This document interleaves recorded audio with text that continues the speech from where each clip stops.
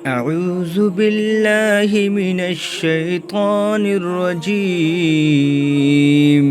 बिस्मिल्लाहिर रहमानिर रहीम। अलिफ लाम मीम। ज़ालिकल किताबु ला रैब फीह हुदल लिल मुत्तक़ीन अल्लज़ीना युमिनूना बिल गैबि व युक़ीमूनस स्वलाता व मिम्मा रज़क़नाहुम युनफ़िक़ून। शुरू करता हूँ अल्लाह के नाम से जो बड़ा मेहरबान निहायत रहम करने वाला है। अलिफ लाम मीम। इस किताब के अल्लाह की किताब होने में कोई शक नहीं, परहेज़गारों को राह दिखाने वाली है। जो लोग गैब पर ईमान लाते हैं और नमाज को कायम करते हैं और हमारे दिए हुए माल में से खर्च करते हैं। वल्लज़ीना युमिनूना बिमा उन्ज़िला इलैका वमा उन्ज़िला मिन क़ब्लिक वबिल आखिरति हुम यूक़िनून।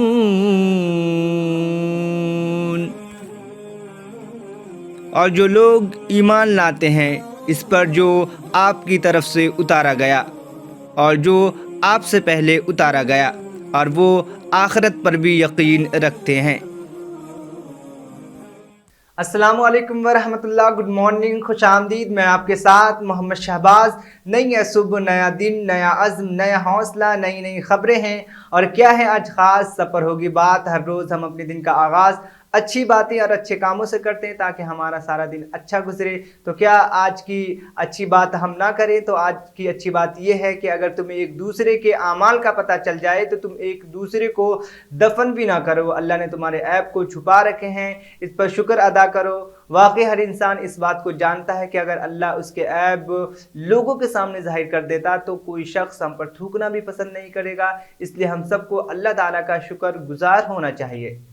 मिले खाक में अहले शाह कैसे कैसे, मकी हो गई लामका कैसे कैसे, हुए नामवर बेनिशा कैसे कैसे, ज़मी खा गई नौजवां कैसे कैसे। जगह जी लगाने की दुनिया नहीं है, ये इबरत की जहाँ तमाशा नहीं है। जी हाँ, मैं बात कर रहा हूँ ऐसा शहज़ादा जिसकी रईसी सारी दुनिया में मशहूर थी, जिसकी खूबसूरती भी सारी दुनिया में मशहूर थी, जो 1980 तक दुनिया का अमीर तरीन इंसान समझा जाता था। आज खाली हाथ बेसर सामान है। आज हैदराबाद के निज़ाम का सिलसिला ख़त्म हो जाएगा। मुकर्रम जहाँ को आज बाद नमाज असर सारे रसूमात अदा करने के बाद तदफीन कर दिया जाएगा। एक रिपोर्ट के मुताबिक उनका आखिरी वक्त बादशाहों जैसा नहीं गुजरा बल्कि मुफलिसी में गुजरा है। ये दुनिया है जनाब, आज उनकी तो कल हमारी बारी है। इसलिए हमें भी चाहिए कि हम इससे इबरत हासिल करें।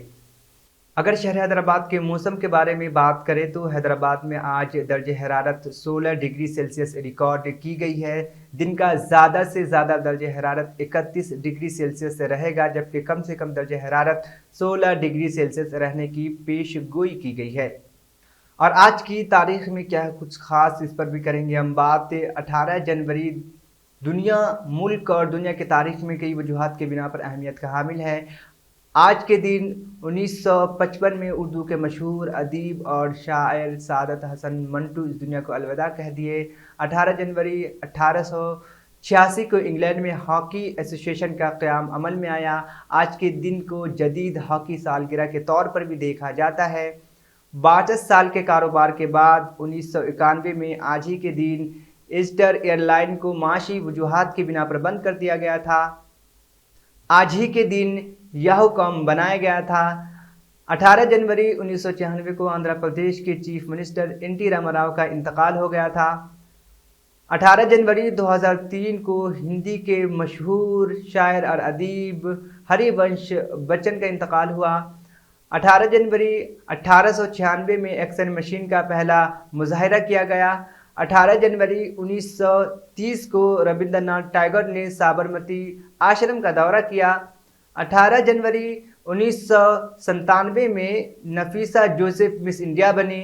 18 जनवरी 2006 में अमेरिका सुप्रीम कोर्ट ने खुदकुशी की मंजूरी दे दी थी। अब नजर डालेंगे आज की अहम खबरों पर। एक नज़र। 1 अरब 40 करोड़ आबादी वाले मुल्क चीन में 60 साल बाद शरह पैदाइश में कमी आ गई है। गैर मुल्की मीडिया के मुताबिक दुनिया के सबसे ज़्यादा आबादी वाले मुल्क चीन में 60 साल बाद शरह पैदाइश कम हो गई है। बीजिंग के नेशनल के मुताबिक 2022 में ब्यूरो ऑफ स्टैटिस्टिक्स के आखिर तक चीन की मजमूई आबादी 1 अरब 40 करोड़ के लगभग थी और 2021 के आखिर से इसमें 8,50,000 की कमी रिकॉर्ड की गई है। आखिरी मरतबा चीन की आबादी में कमी 1960 में देखी गई थी। चीन ने 1980 में वन आबादी में तेज रफ्तारी से इजाफे के बाअस वन चाइल्ड पॉलिसी नाफिज की थी, जबकि 2021 के आगाज में 3 बच्चों की इजाज़त दे दी गई थी। माहिरीन का कहना है कि चीन की आबादी में कमी से मुआशी तरक्की मुतासिर हो सकती है। यूक्रेन के जनूबी मशरक़ी इलाके में एक रिहायशी इमारत पर रूसी मिसाइल हमले में 5 बच्चों समेत कुल 44 अफराद की मौत हो गई। हुकाम ने मंगल को बताया कि मलबे से मंगल को एक और बच्ची की लाश मिली है। नेप्रो शहर में होने वाले ये हमला एक जगह पर जमा आम शहरियों की तादाद के लिहाज से अब तक का सबसे बदतरीन हमला है। एलन मस्क ने 2018 के ट्वीट के साथ धोखाधड़ी का इर्तिकाब किया है, जिसमें कहा गया था कि वो टेस्ला को निजी लेने के लिए तैयार है। जजों का इंतखाब जो शवाहिद का फैसला करेंगे सैन फ्रांसिस्को के एक वफाकी कमरे अदालत में शुरू हुआ, जहां टेस्ला के सरबराह एलन मस्क की गवाही के लिए बुलाए जाने वालों में शामिल होने की तवक्को थी। ये केस अगस्त 2018 का है, जब मस्क ने ट्वीट किया था कि उसके पास टेस्ला को प्राइवेट लेने के लिए काफ़ी फंड्स हैं, जिसकी वजह से कंपनी के हिस्से के कीमत में एक तूफान बर्पा हो गया था। दिल्ली, एनसीआर, हिमाचल प्रदेश, जम्मू कश्मीर समेत कई रियासतों में अभी ठंड से निजात मिली भी नहीं है कि और आने वाले कुछ दिनों में बारिश व ज़ालाबारी को लेकर महकमे मौसमियात ने अलर्ट जारी कर दिया है। महकमे ने उत्तर प्रदेश, हिमाचल प्रदेश, उत्तराखंड, दिल्ली, पंजाब और राजस्थान में बारिश होने का अंदेशा जाहिर किया है और कुछ मकामात पर ज़ालाबारी की भी होने की कभी उम्मीद है। यानी कुछ रियासतें में सर्दी से गुज़िश्ता 2-3 दिनों में जो हल्की राहत मिली है, वहां एक बार फिर लोगों को सर्दी का सामना करना पड़ेगा। महकमे मौसमियात ने अलर्ट जारी करते हुए बताया कि 22, 23, 24 और 25 जनवरी को कई इलाकों में बारिश के साथ तेज आंधी और बिजली चमकने का इम्कान है। 22 जनवरी को कई इलाकों में हल्की बारिश का इम्कान है और 23 जनवरी को गरज चमक के साथ कुछ मकामात पर तेज बारिश हो सकती है। 25 जनवरी को बेशतर मकामात पर हल्की बारिश का इम्कान है। जमीन धंसने के खौफनाक मामले के दरमियान उत्तराखंड के जोशीमठ में घरों और सड़कों का शिगाफ दिन ब दिन बढ़ता जा रहा है। सैकड़ों लोग बेघर होकर पनाह गुज़ीर कैंपों में रहने को मजबूर हैं। खतरा सिर्फ लोगों के आशियाने पर ही नहीं बल्कि भगवान बद्रीनाथ के करोड़ों के खजाने पर भी मंडरा रहा है। इस खजाने को महफूज रखने के लिए अब मुतबादिल इंतजाम किया जा रहा है। दर्शन के दौरान अकीदतमंद भगवान बद्रीनाथ को जेवर, हीरे जवाहरात, सोना चांदी, नकद और दीगर सामान भेंट करते हैं। जब बद्रीनाथ धाम के दरवाजे बंद होते हैं तो ये सामान जोशीमठ लाकर नरसिंह मंदिर वाकई कमेटी के हेडक्वार्टर के खजाने में जमा करा दिया जाता है। दरवाज़ा खुलने पर यह खजाना फिर से बद्रीनाथ मुंतकिल किया जा सकता है। मरकजी वज़ीर दाखिला अमित शाह ने मंगल को कहा कि नरेंद्र मोदी हुकूमत आवाम को खुश करने के लिए ही नहीं बल्कि उनकी फलाह बहबूद के लिए फैसले ले रहे हैं।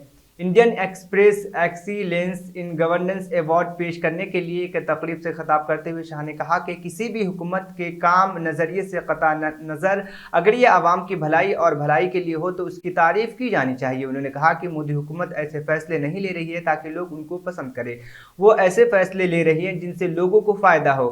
हम GST लाए और हमें मालूम था कि इसकी मुखालफत होगी। हमने DBD डायरेक्टर बेनिफिट ट्रांसफ़र मुतारिफ करवाया और इसकी भी मुखालफत की गई। मौके पर इसकी मुखालफत की गई। कुछ फैसले सख्त हो सकते हैं लेकिन तमाम लोगों के लिए बेहतरीन साबित होते हैं और लोगों के लिए फ़ायदेमंद होते हैं। दिया गया इसी परंपरा का अनुसरण करते हुए श्री जगत प्रकाश नड्डा जी को राष्ट्रीय कार्यकारिणी ने आज सर्वानुमत प्रस्ताव किया है। श्री राजनाथ सिंह जी ने इस प्रस्ताव को रखा और सभी भारतीय जनता पार्टी के सदस्यों ने इसको सहर्ष हर्ष ध्वनि के साथ सर्वानुमत से स्वीकार किया है कि जगत प्रकाश नड्डा जी को जून 2024 तक भारतीय जनता पार्टी के अध्यक्ष के रूप में इनके कार्यकाल को बढ़ोतरी की जाए। नड्डा जी 20 जनवरी 2020 को राष्ट्रीय अध्यक्ष बने। अध्यक्ष बनने के बाद इस सदी की सबसे बड़ी महामारी, वैसे देखें तो 20वीं सदी की भी सबसे बड़ी महामारी कोविड का सामना पूरे देश को करना पड़ा। क्योंकि देश की कई राज्य सरकारें और केंद्र में भारतीय जनता पार्टी की सरकार होने के कारण स्वाभाविक रूप से इस महामारी का सामना करने में भारतीय जनता पार्टी के संगठन की भूमिका बहुत अहम हो जाती है।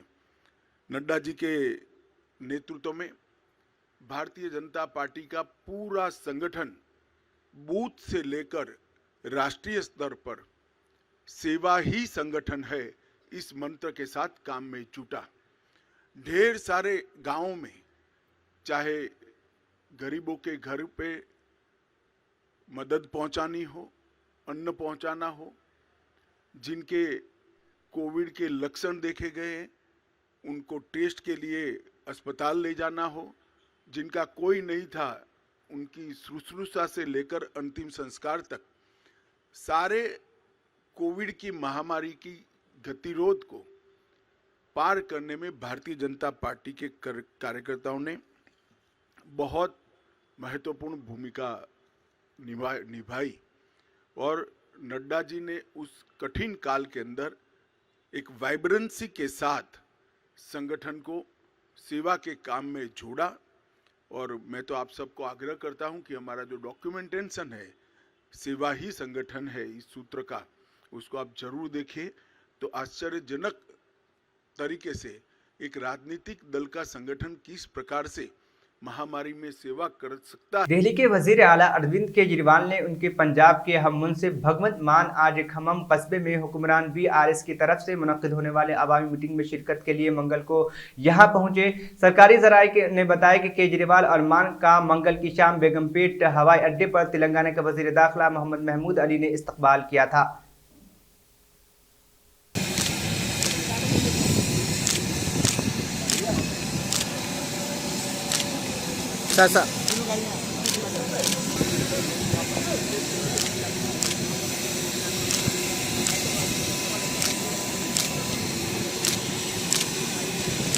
रचकुंडा स्पेशल ऑपरेशन टीम ने 15 अफराद को पकड़ा जो मुबैना तौर पर ओपल स्टेडियम में बुध को होने वाले हिंदुस्तान न्यूजीलैंड मैच के टिकट ब्लैक में फरोख्त कर रहे थे। पुलिस ने उनके पास से 54 टिकट जब्त किए हैं। एसओटी टीम ने उस वक्त पकड़ा जब वो दुगुनी कीमत पर टिकट फरोख्त करने के लिए ग्राहकों की तलाश में थे। उनमें से चंद डेको ऑपरेशन में पकड़े गए। इन तमाम को अगली कार्रवाई के लिए ओपल पुलिस के हवाले कर दिया गया है। बहुजन समाज पार्टी के रियासती सदर डॉक्टर आरएस प्रवीण कुमार ने वादा कर दिया कि वो उस वक्त तक नहीं सोएंगे जब तक किसी बहुजन को रियासत तेलंगाना का वजीर आला बनाकर प्रगति भवन में बैठाया नहीं जाता। उन्होंने सवाल किया कि बहुजन मजदूरों की तरह जिंदगी क्यों गुजारे और हजारों करोड़ का बजट क्यों पैसे गरीबों के पास नहीं जा रहे हैं। उन्होंने इल्जाम लगाया कि तेलंगाना में बीसी को सिर्फ 6000 करोड़ देकर नाइंसाफी की गई है, जो कि तेलंगाना में 50% है, जहां 1 लाख करोड़ का बजट मुख्तस किया जाना चाहिए था। उन्होंने कहा कि तेलंगाना हुकूमत तलबा को तालीम से दूर रखने की साजिश भी कर रहे हैं। बैरिस्टर असदुद्दीन ओवैसी ने चौमहल्ला पहुंचकर हैदराबाद के आखिरी निज़ाम मीर बरकत अली मुकर्रम जहां का आखिरी दीदार किया और अरकान खानदान से मुलाकात करते हुए पुरसा दिया। भाई साथ आइए।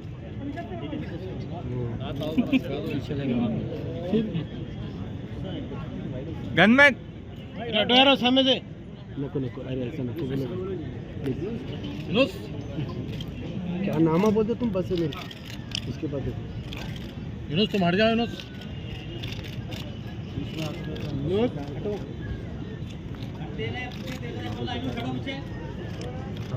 यूनुस हटाओ। यूनुस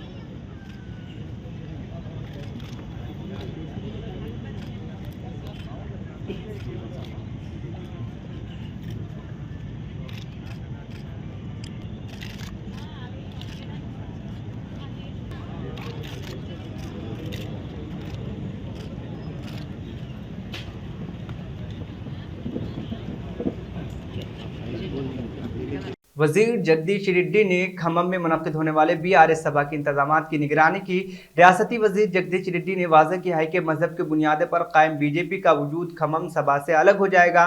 उन्होंने पेश गोई की कि पार्टी का जवाल खम्मम से ही शुरू होगा। उन्होंने कहा कि अवाम को एहसास है कि ये सिर्फ चीफ मिनिस्टर KCR की क़यादत में ही बीआरएस मुमकिन हो सकेगा और वो किसान के लिए फ़ायदेमंद होगा। उन्होंने कहा कि कांग्रेस और बीजेपी की 7.5 दहाइयों के दौरान किसानों के साथ कुछ भी नहीं हुआ। उन्होंने कहा कि वक्त गुजर चुका है। उन्होंने कहा कि वज़ीर आला के चंद्रशेखर राव का मकसद आवाम की नई नस्ल की उमंगों को पूरा करना है। उन्होंने एक बार फिर वाज़ेह किया कि बीआरएस उभरने की वजह यही है कि उन्होंने बहुत अच्छा काम किया है, उन्होंने आवाम के लिए सारा काम किया है। वज़ीर जगदीश रेड्डी ने कहा कि खम्मम सभा के लिए हर चीज़ तैयार है और तेलंगाना, छत्तीसगढ़, उड़ीसा, आंध्र प्रदेश और दीगर रियासतों के लोगों के लिए तमाम इंतजाम किए गए हैं जो इस इजलास में शिरकत करेंगे।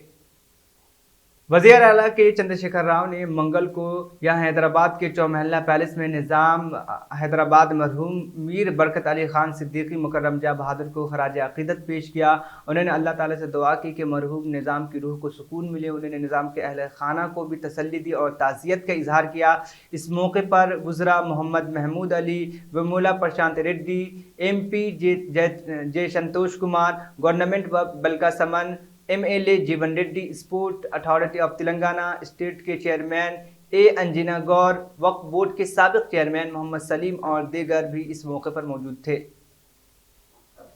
नई सुबह का यहीं पर इख्तिताम पजीद हुआ। आप अगर हमें कोई फीडबैक देना चाह रहे हैं तो आप हमें ईमेल भी कर सकते हैं और व्हाट्सएप भी कर सकते हैं। आप अगर हमें सोशल मीडिया पे देख रहे हैं तो आप वहाँ पे कमेंट करके अपनी राय दे सकते हैं। मुझे दीजिए इजाज़त, फिर होगी कल मुलाकात। अस्सलाम वालेकुम, खुदा हाफिज़।